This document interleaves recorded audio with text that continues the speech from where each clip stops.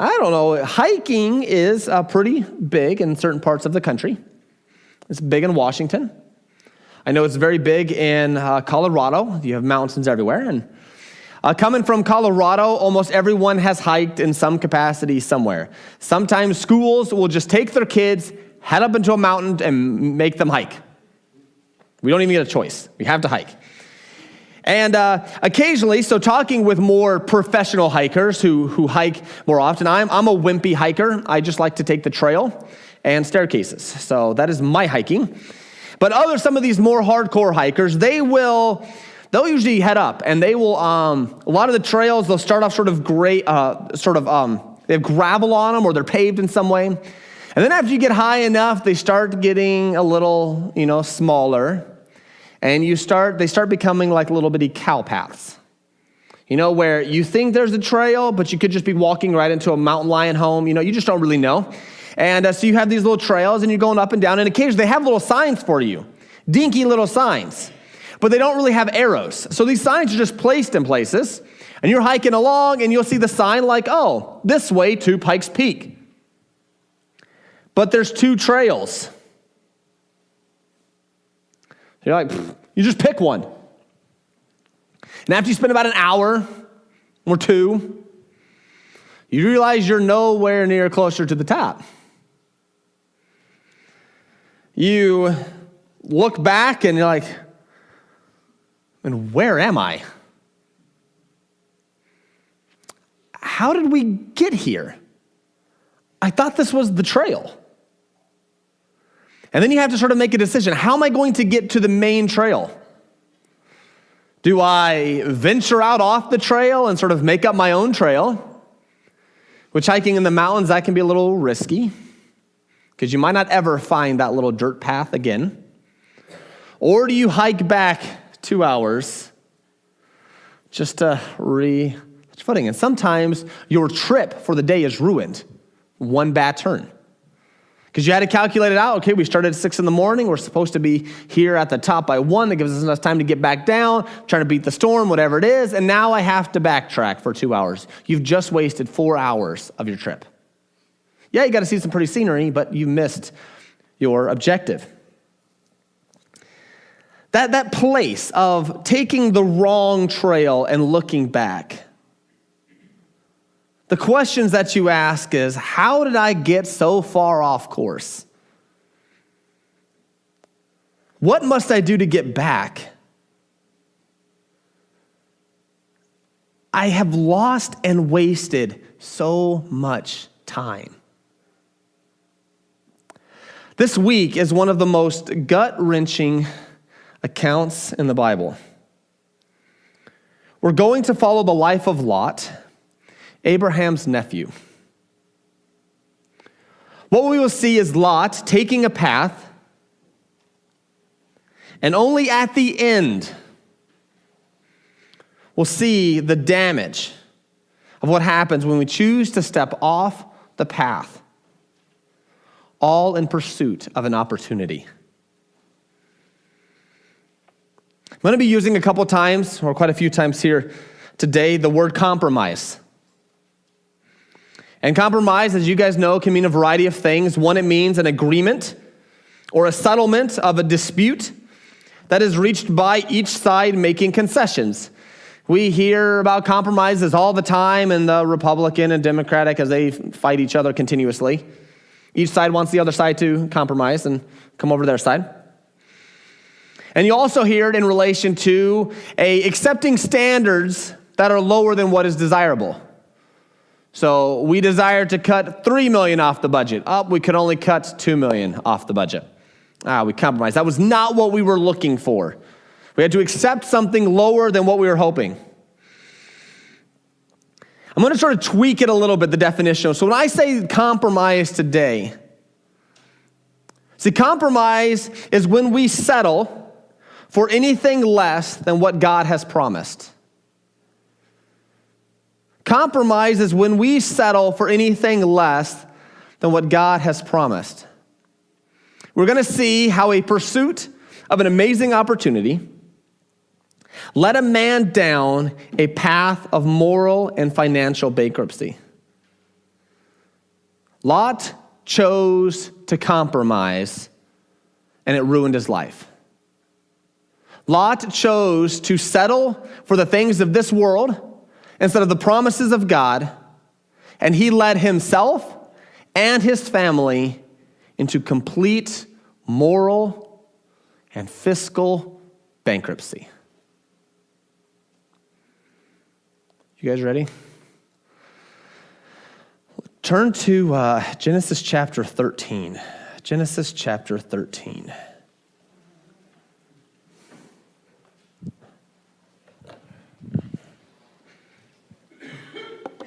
Just to catch you up, Lot's beginnings are described in Genesis chapter 11, verses 27 through chapter 12. And just to show you the connection, Abraham, there was a man by the name of Terah. He had 3 sons, Abraham, Nahor, and Haran. And Lot was the son of Haran, and therefore was Abram's nephew. You guys get that? So the son of my brother. That's pretty much what it is.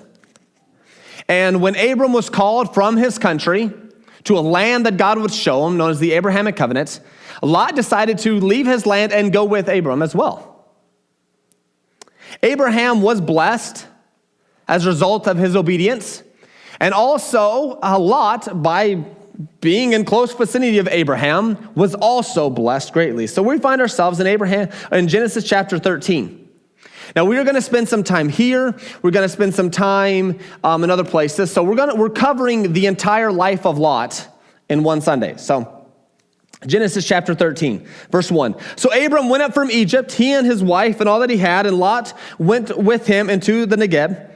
Now Abram was very rich in livestock, in silver and in gold, and he journeyed from the Negeb as far as Bethel, to the place where his tent had been at the beginning, between Bethel and Ai, to the place where he had made an altar at the first.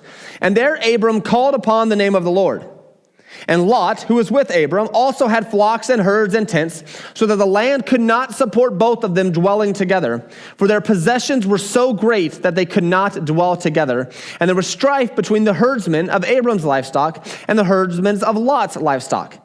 At that time, the Canaanites and the Perizzites were dwelling in the land. Then Abraham said to Lot, "Let there be no strife between you and me, and between your herdsmen and my herdsmen, for we are kinsmen. Is not the whole land before you? Separate yourself from me. If you would take the left, then I will go to the right. Or if you take the right, then I will go to the left." And Lot lifted up his eyes and saw that the Jordan Valley was well watered everywhere, like the garden of the Lord, like this land of Egypt in the direction of Zoar. This was before the Lord destroyed Sodom and Gomorrah. So there's the title. I forgot to click that. Okay, so you guys probably can't see some of those. There's a lot but right here is where Jerusalem is located. Okay? It's called Salem back in the day, but Jerusalem. You have the Jordan, Jordan River. You have Sea of Galilee up there. And then you have something called the Dead Sea. You guys have heard of the Dead Sea, right? Okay, so if you guys look in your Bibles in the back, you guys will see a little lake or a little sea and then a river and then this thing right here. Okay? So if you guys want to know more, that's it. So that's roughly where we are. Salem is right here. Bethlehem is down there. Hebron is right here. And there's a lot of questions about where is Sodom located. Partially because of what happened to Sodom, it's sort of hard to figure out where it is. God practically wiped it off the face of the earth. So you have the Dead Sea. Well, here, down below, is this valley. You see all the rivers that flow in here? This land, as Lot says, was like the garden of God. You guys know what the garden of God is? Like Eden. That is how green and amazing this place was. So people being intelligent, they settled in these areas because it is green. This is perfect for livestock farming, etc. So to zoom in a little bit, you have the Dead Sea down at the bottom. And many scholars, the Bible scholars, believe that Sodom was located somewhere up here next to this little river or down here just south. Wherever it is, it's pretty much the same area. They called this, there was like a circle of cities. And it was located just right here. Okay, just south of this. And this is where things get Interesting. So here they are. They come from up here. And Lot looks and sees this area. See, Abraham has given him a choice. Hey, you go right, I'll go left. You want to go left, I'm going to go right. We'll figure it out. Abraham knew what God had promised him. Abraham one day was going to get all of this land. But Abraham says, it's not worth us fighting over. So here, you pick one and I'll go the other way. It's really cool because Abraham was really saying, wherever you're going, that's okay with me, because Abraham's faith in God was that strong. All right, if I end up over here, God's going to keep working in my life. Or if I go down, God's going to keep working in my life. So our first point here is what I'm calling pursuing opportunity. Pursuing opportunity. Lot was given an opportunity. Because of the fighting that him and Abram's herdsmen were having, because as you know, the more animals you put together in a tighter space, you're going to, sort of lose track of where your animals are, etc. And you're also going to be eating each other's food. So it gets a little compact. And so we've got to split them up. Our herds are too big. We're getting blessed way too much. We've got to spread out. And Lot looked and saw an opportunity. And he looked down south. And he saw that this land was, as he said, like the Garden of Eden. Now, what better place to take your herd, to take your animals, than a place that is green and beautiful and flowing with water? Can you get in a better place than this? No. So Lot saw an opportunity. And he pursued it. He's like, I will go down here. So what does Abraham do? So Lot, verse 11, chose for himself all the Jordan Valley, and Lot journeyed east. Thus they separated from each other. Abraham settled in the land of Canaan, while Lot settled among the cities of the valley and moved his tent as far as Sodom. Now the men of Sodom were wicked, great sinners against the Lord. So Lot starts to move in. Moves in, and eventually he goes and he decides to not only settle close, but he actually settles in the midst of these. He moves in. Now, most of us are thinking, okay, there's really no big deal. I mean, Lot is taking an opportunity. Green land, lots of water for the herds. He has a large herd, and he's also going to try to sell and be a successful businessman. What better place to settle than near cities, than near trade routes? But the writer of Genesis clarifies it just a tad for us and says, this Sodom was wicked. They were great sinners against the Lord. Genesis chapter 13, as we said, says it is a place of great wickedness. The Sodom is filled with great sinners.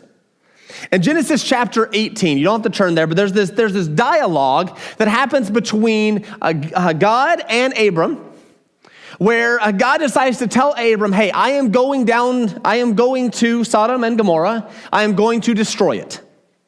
And I don't know if I should tell you because Lot is in this area. But he does tell Abram because Lot is his nephew. They had a very good relationship, which is actually demonstrated by their peaceful resolution of, this thing. They had a good relationship. He wanted to tell Abram, hey, Lot is in the midst of this. I am going to judge this place because of its great wickedness. So Abraham's like, come on, God, would you really, you're going to judge a bunch of innocent people as well if you judge Sodom and Gomorrah. So God, if you find 50 righteous people, you're not going to judge it. And God's like, if there are 50 righteous people, I will not judge. This is all in Genesis 18. Pretty much it's one. This is actually very comical. It's if you want to look at like 22 down of chapter 18. Then Lot's like, okay, well, what if there are 45 righteous people? You're not going to judge it there. God's like, okay, if there's 45 righteous people, I will not judge it.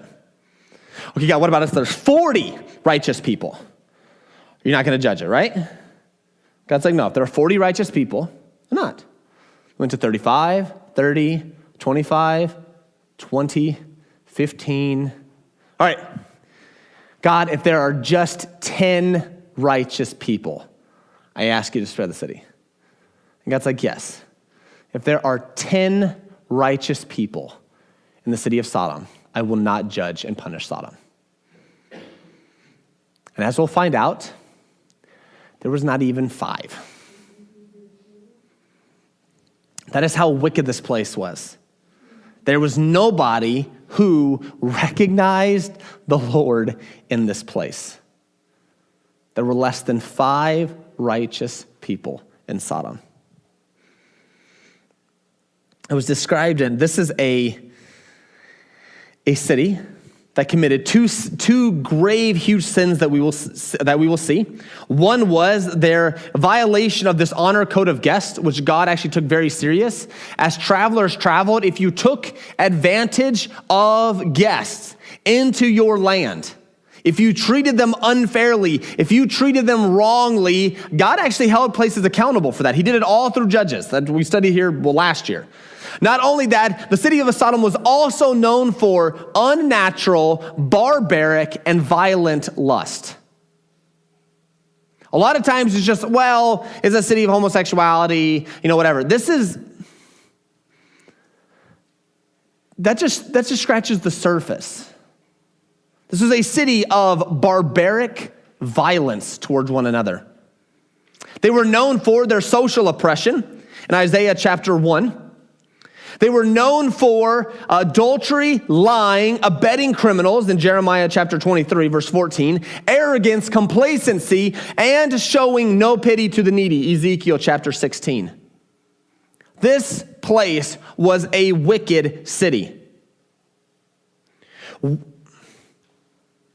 We recently have gotten very loud, and we've been very recently complaining about the judgment that God is going to soon pour out on, on the U.S. and the world because of how wicked we've gotten. In the city of Tumwater alone, how many righteous people do we think we have? 1, 2, 3. You guys get it? This is how bad this place was. That's how bad and wicked it was. Now, God can still judge us if he wants. I mean, we're all sinners, we get it, okay? But from the standpoint of comparison, I am glad to be in America where practicing religion is still free and still good, and we can own a building and we can worship together. They had less than 5 righteous people in their place. That is how barbaric and wicked this place was. That is where Lot decided to make camp. It says he settled among the cities of the valley and moved his tent as far as Sodom. So it actually sort of shifts where he moves into the valley, and then over time he actually moves closer and puts his tent inside Sodom. He got closer and closer and closer to this group. Now let's move a little bit further to Genesis chapter 19. Genesis chapter 19. This is after that interesting dialogue where Abraham is trying to intercede and trying to get the city of Sodom and Gomorrah. He's trying to spare them. I mean, just the idea of him interceding for this wicked place, like, God, if there's only 10 people. 10 people, won't you save them? And God's like, sure, 10 people. And we know there was not even 5. So look at Genesis chapter 19. So there was 2 angels and the Lord, the pre-incarnate Jesus went with Abraham. Well, now Jesus has left, and the 2 angels came to Sodom because they are actually going to Lot, and they are actually going to try and rescue Lot and his family because of how close they were to Abraham. God is showing his mercy and his grace, even the fact of where Lot is staying and the whole thing. God is still trying to rescue him. Now, I want you guys to keep seeing this opportunity. So look at Genesis 19:1. The 2 angels came to Sodom in the evening, and Lot was sitting in the gate of Sodom. Sitting in the gate. This is the first time this phrase is mentioned in the entire Bible. at the gateway, at the gates of many towns, because of the roads that came in, there were typically markets and places to sell located right there. It's like typically a square of some kind, depending on how it was shaped and the city and the roads and whatnot. But it was a place where visitors would come in. They would try to find housing. Sometimes visitors would come in, try to get food, lodging. It was a very convenient place. We have these squares all over America. If you just go off major intersections, like you're on the interstate, you go to Trosper Road. How many restaurants are there? Fred Meyer, Walmart's, everything is within there. I mean, our squares are slightly bigger, but that's sort of the idea. Everyone gets off the travel, they go stay at the hotels, they get their food, they rest for a little while, they continue to travel, or they decide to stay the night.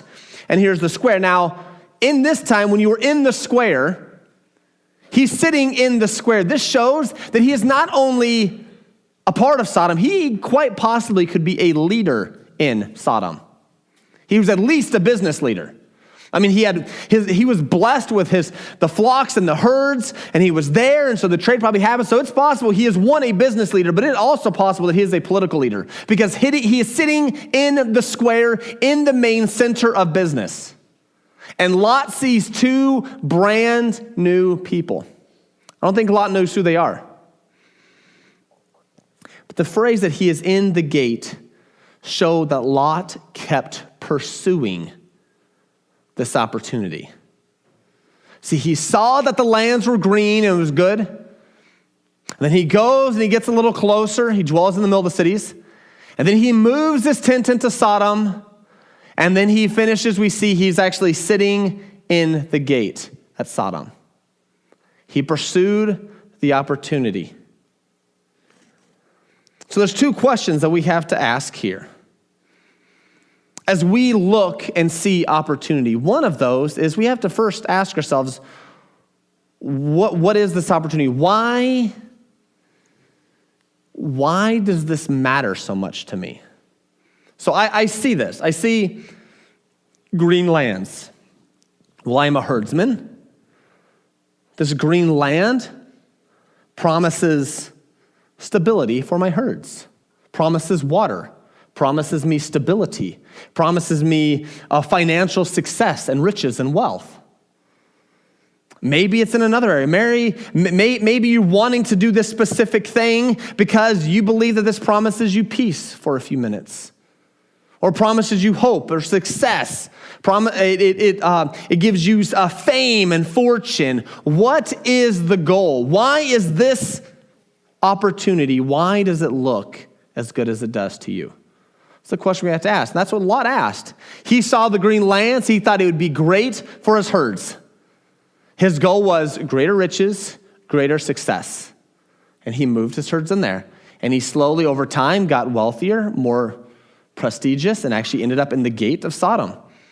The second question we have to ask is, what is the cost? So when we're pursuing opportunity, we have to ask, why is this opportunity? What makes it look so good to me? And the second is what is the cost?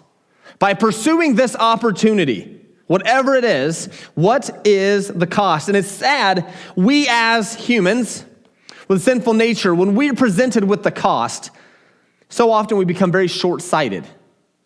We think of, what does this give me right now?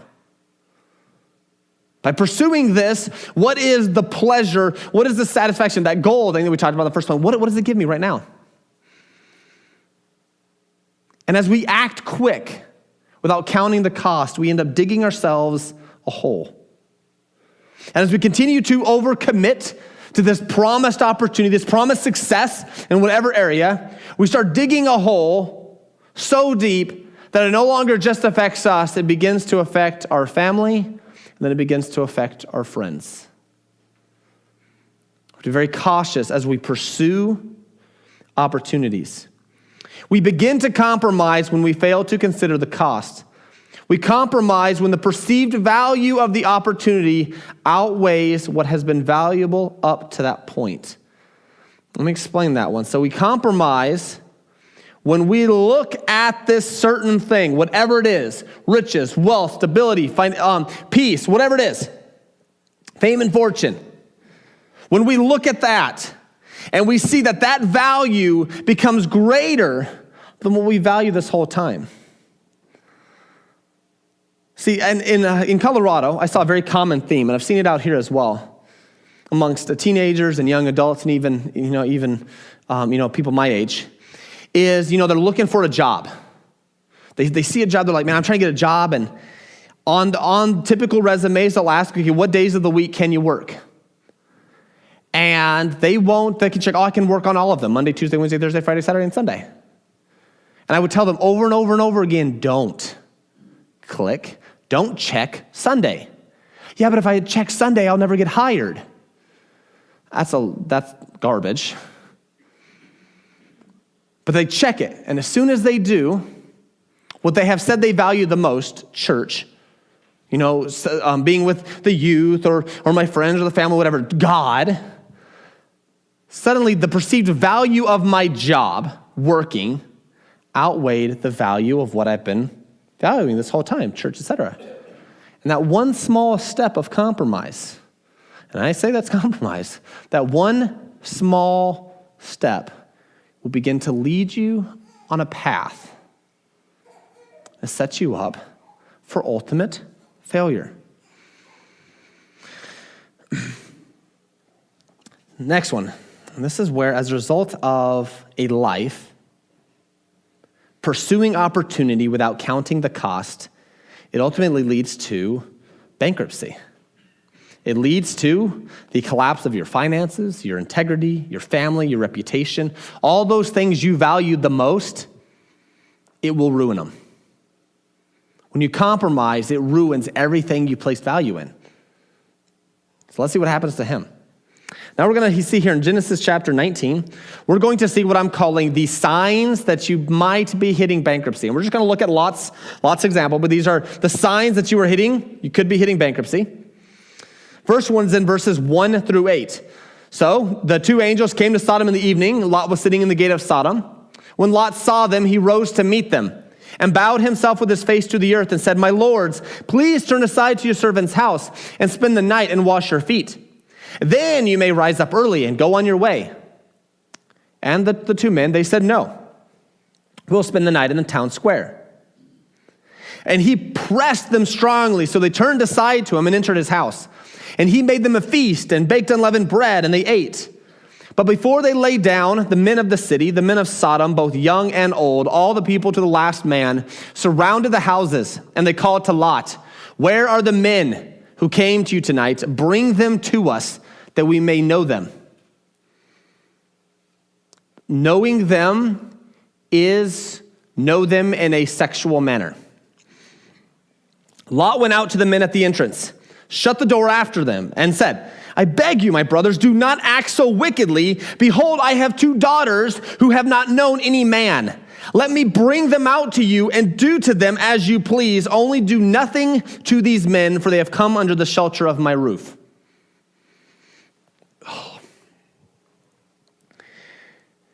When you start hitting bankruptcy, agendas seem to conflict.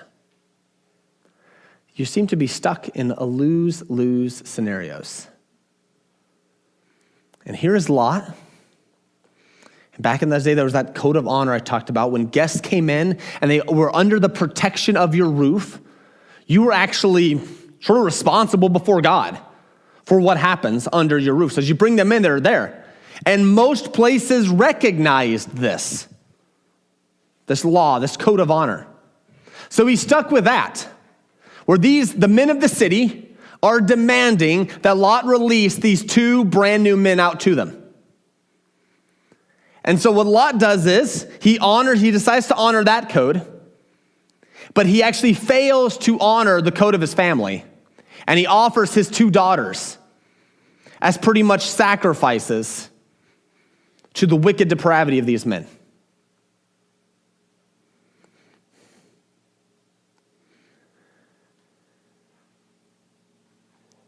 As we compromise, we actually find ourselves stuck in lose-lose situations. If I come clean, I hurt and damage people. So I keep going and doing what I'm doing. We're stuck because we pursued whatever opportunity it was. We get stuck in lose situations, which whatever we choose to do is going to ruin or hurt or destroy somebody or something. That happens when we've allowed ourselves to compromise.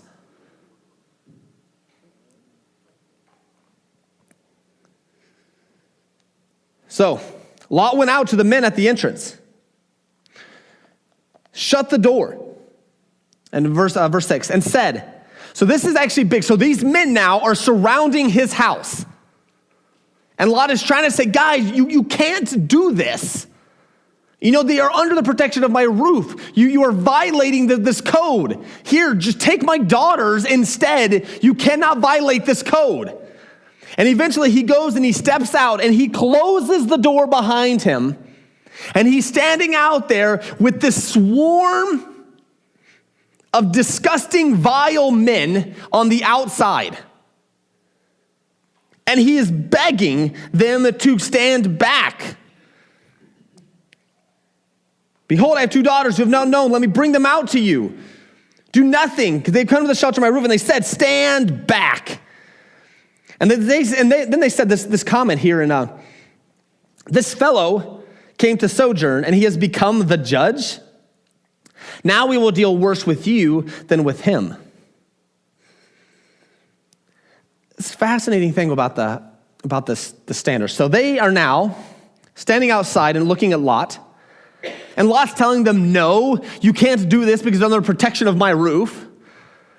And they respond back to him, and who made you judge? You're only here because we decided to be nice to you. We can do what we want. See, a society that does not recognize some form of absolute truth will naturally lead to this. It takes time. It takes time.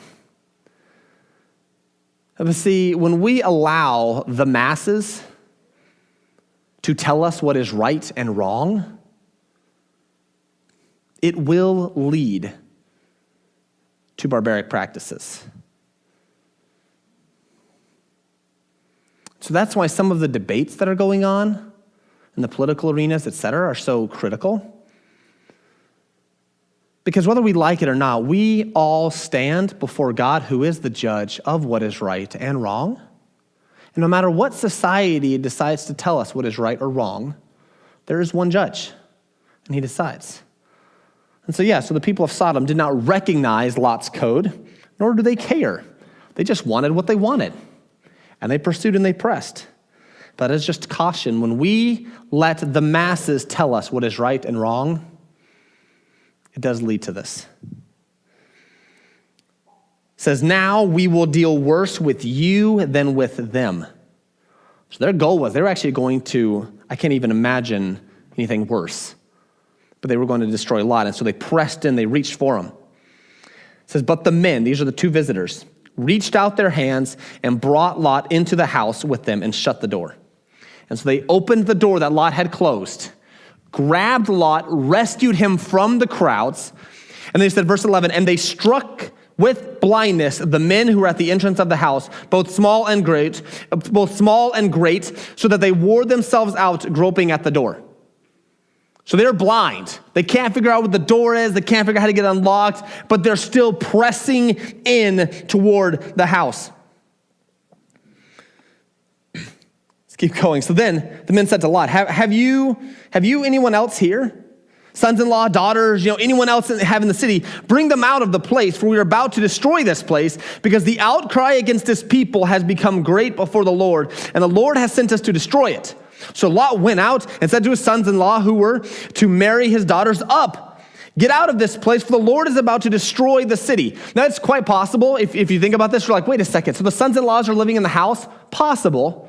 Or it's quite possible that Lot actually has sort of a compound. And you have the gate, you have the compound, and you have probably multiple houses in there just to show possibly how wealthy he had become. So the sons-in-laws who are about to get married to the daughter have been brought under the family umbrella of Lot and his wealth. So he goes out and he tries to talk to the sons-in-laws, up, we got to get ready to move. and they think he is joking. Verse 14, but he seemed to his sons-in-law to be jesting. See, when our message is when we hit bankruptcy, our message is compromised. Our message has been weakened. Because, one, they looked at Lot and they're like, when have you ever talked about God and his judgment and what's right or wrong? And now you're saying God's going to kill us all? Yeah, right, Lot. Oh, man, you crack us up. What? Sin? Come on, Lot. Have you seen your daughters? Have you seen your wife? Have you looked at you? You're just like us. And now you're going to tell us God's going to punish us? Does that mean he's also going to punish you? See, when we compromise, our message is weakened. Next one is here in verse 15.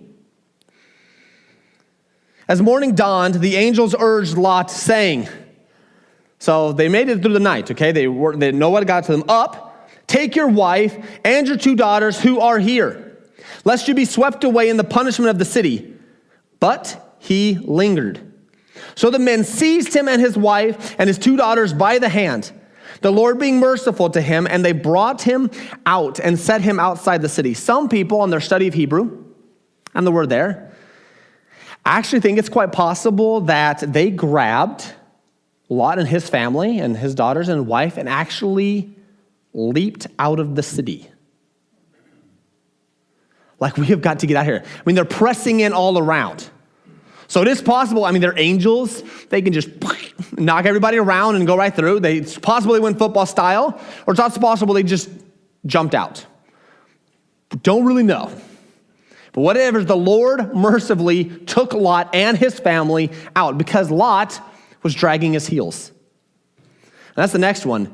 When we find ourselves compromised and we become bankrupt, we linger and we fail to trust God. So we get stuck where we are. And even though we know judgment is coming, we stay in there because I'm still pursuing my opportunity.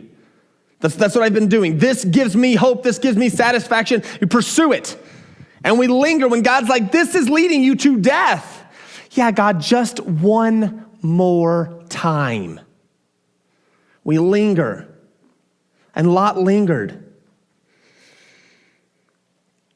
They were rescued. And then, look at and Lot said in verse 18, so they just got out of the so the angels now tell him, escape to the hills, lest you are swept away. And Lot said to them, oh no, my lords, behold, your servant has found favor in your sight, and you have shown me great kindness in saving my life, but I cannot escape to the hills, lest the disaster overtake me and I die. The angels who have just warned Lot of danger told Lot, run to the hills. How twisted would that make God? I'm trying to rescue you, go to the hills so I can still punish you. That's what Lot is saying. Yeah, but if I go to the hills, I'm going to die. So behold, the city is near enough to flee to, and it's a little city. I've been supposed to do all these slides, but...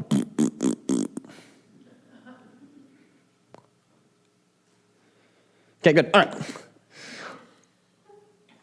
Okay, all right. Sorry, I do slideshows I don't even remember. All right. So he says, it's a little one. Let me escape there. Isn't that little? And my life will be saved. And he said to him, behold, I will grant you this favor also, that I will not overthrow the city of which you have spoken. So Lot is like, I read this quote, Lot thought it safer in a city of wickedness than under the promised protection of God. That is what happens when we compromise. That whatever it is, we're safer there than under the plan and protection of God. Lot asked for this other little city, who was just as wicked, to be saved, so Lot could go there and live. And we'll find out later that Lot is then scared of living there, and so Lot doesn't even end up there anyway, he ends up in the hills. So the angels are like, fine, escape there quickly, for I can do, so escape there quickly. And so the name of the city was called Zoar. So that's linger and fail to trust God. Now this next one. So that's that last point, okay? All right, so the sun had risen on the earth when Lot came to Zoar. Then the Lord rained on Sodom and Gomorrah sulfur and fire from the Lord out of heaven, and he overthrew those cities and all the valley and all the inhabitants of the city and what grew on the ground. Emphasis, remember the opportunity? It resided in what the land was, and God destroyed it. God destroyed this place. It says Lot's wife behind him looked back and she became a pillar of salt. This last point, your family does what you know is wrong. This last sign of moral bankruptcy is that your family starts following in your footsteps because you've been doing it for so long. Lot's wife turned and looked and lingered, and she was punished. And I also see with her kids here soon, they did something just as wicked as the city of Sodom.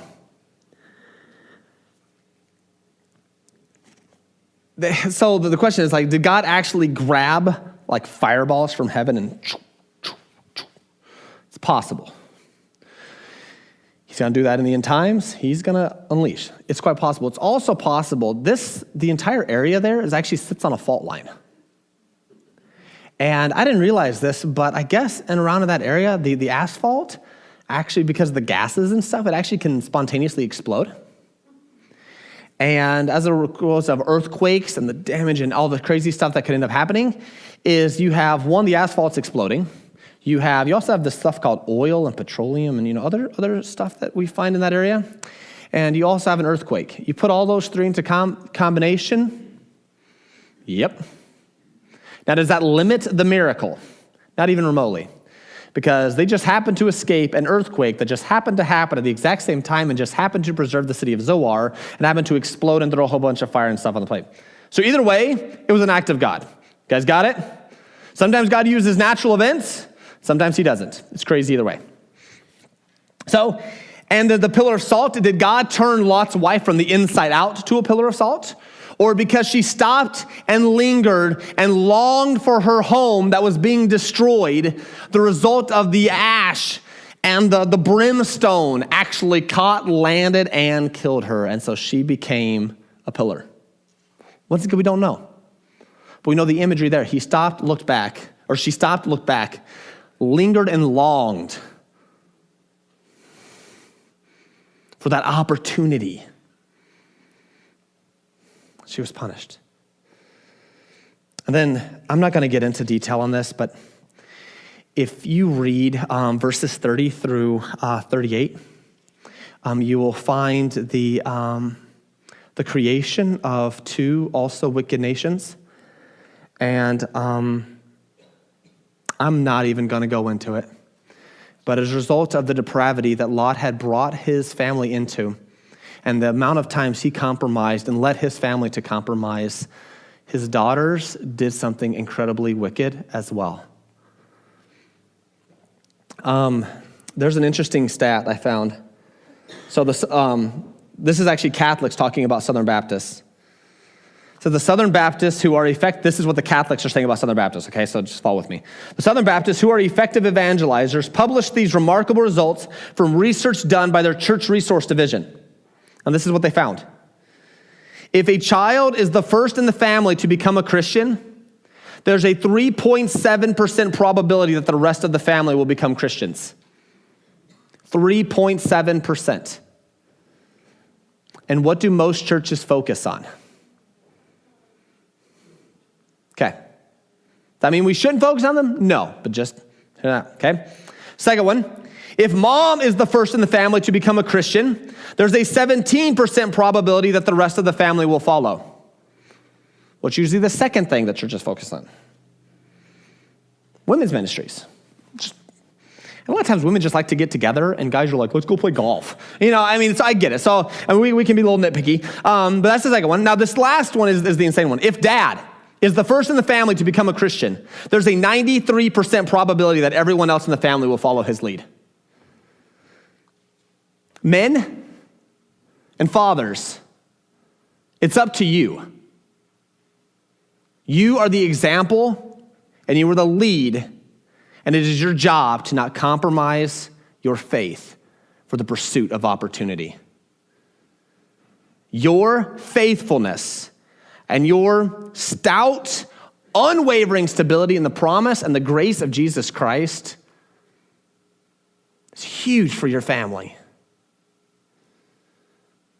And I will say, I have seen so many men are wimps when it comes to this. I'm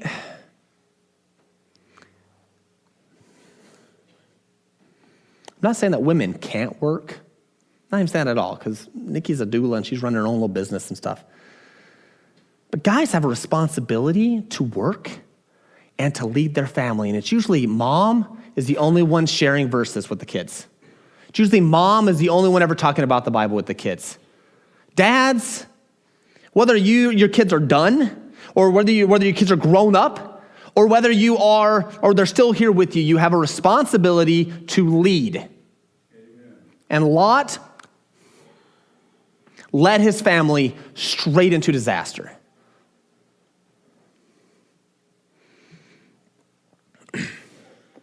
Compromising your convictions for opportunity is not success, it is failure. When you compromise your convictions for opportunity, you fail, and you are failing. So these are 3 challenges to help you take this seriously. So the first question, like we talked about, figure out why this opportunity looks so attractive. And it is, we think opportunity, we only think jobs sometimes, but this is any area of life. Why does this action look so attractive? Because when we look there, this action is promising us something. It's promising us peace, stability, hope, etc. It's telling us something. Hey, this is good. This is good. Figure out why it looks so attractive. The second point is we have to count the cost. If I pursue this opportunity, what's it going to cost me? What's it going to cost my family? We have to count the cost. Now, you might, Pastor, this means I might miss out on some cool deals, or I might miss out on this. Good. We should be very slow and methodical in our life because we want to figure out why is it that my heart desires this so much, and then what's it going to cost? Then lastly, we got to ask, does this opportunity promise you something that God has already promised you? Does this opportunity promise you something that God has already promised you? For example, like, man, I've got to do this because I'm not valued. I'm not wanted. I'm not this, or whatever. So we pursue this opportunity to get valued and recognized and whatever. And when we compare it with the promise of God, you know what God has told us? You are so valuable that I sent my son, Jesus Christ, to rescue you from your sins. So this activity, this action, it promises me value and fame. And God's like, you're already that to me. I've promised you this. Why are you pursuing that when you already have it now? The second is you desire to be rich and stable. So maybe you cheat on your taxes or this or that, whatever it is. And God has said, hey, why are you giving thought for tomorrow? I take care of the birds, the ravens, the sparrows. I take care of the little stinking little ants. And you're worried about what's going to happen tomorrow. So you cheat and you compromise on whatever it is. God is like, I promise I'm taking care of you. And if it doesn't look like I'm taking care of you, it just means you probably need less than you thought you needed. That's right. Lastly, you desire love. You desire to be liked. You desire a connection with somebody. So you go outside your marriage, participate in whatever relation's there. See, God has loved you and sent his son, and that is the perfect relationship. He's promised you. So we have to ask this question. Does this opportunity promise me something that God has already promised? See, God can rescue us from our compromise if we let him. I mean, he rescued Lot, and Lot was kicking and screaming. He didn't want to go, and he still rescued Lot. See, most of us value what is right, what is good, what God says. Yet if we aren't careful, we will continue to settle for opportunities that are not as good as what God has promised. So that's the legacy of Lot. It's the legacy of compromise, where Lot pursued his opportunity and led himself and his family to moral bankruptcy. So figure out why it looks so attractive, count the cost, and ask, does this promise me something that God has already promised? Let's pray. Lord, we look at this account of Lot, and it leaves us feeling a little dirty. It leaves us questioning and looking at our own lives. God, all of us, as Christians, we're trying to make the right choices. We're trying to do what is right, God, but at times we step off the path and we compromise and we value other things more than what you have said, and we depart from that life of faith and we start walking our own path, and we find that where that ends up is complete bankruptcy. But we thank you, Lord, that at any moment of any life, of any path, that your Son, Jesus Christ, died to rescue us from that. And Lord, so help us as we live our day-to-day lives, put that opportunity that we see, that thing we desire, and we place it underneath your promises. And we're like, this is a lie. It can't give me hope. I already have hope in you, Jesus. This can't give me peace. I already have peace in you, Jesus. This can't promise financial stability. This can't promise any of that. I have that in you, Jesus. And help that to be our life this week, the weeks to come, the rest of our lives. God, we give you the glory.